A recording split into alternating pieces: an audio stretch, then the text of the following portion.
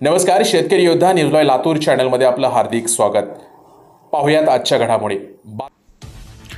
चाकूर शहरात श्री संत सेवालाल महाराजजी यांची जयंती मोठ्या उत्साहात साजरी। लातूर जिल्ह्यातील चाकूर शहरात श्री संत सेवालाल महाराज यांच्या जयंतीनिमित्त बंजारा समाजाच्या वतीने श्री संत सेवालाल महाराज यांच्या जयंतीनिमित्त मिरवणूक काढण्यात आली।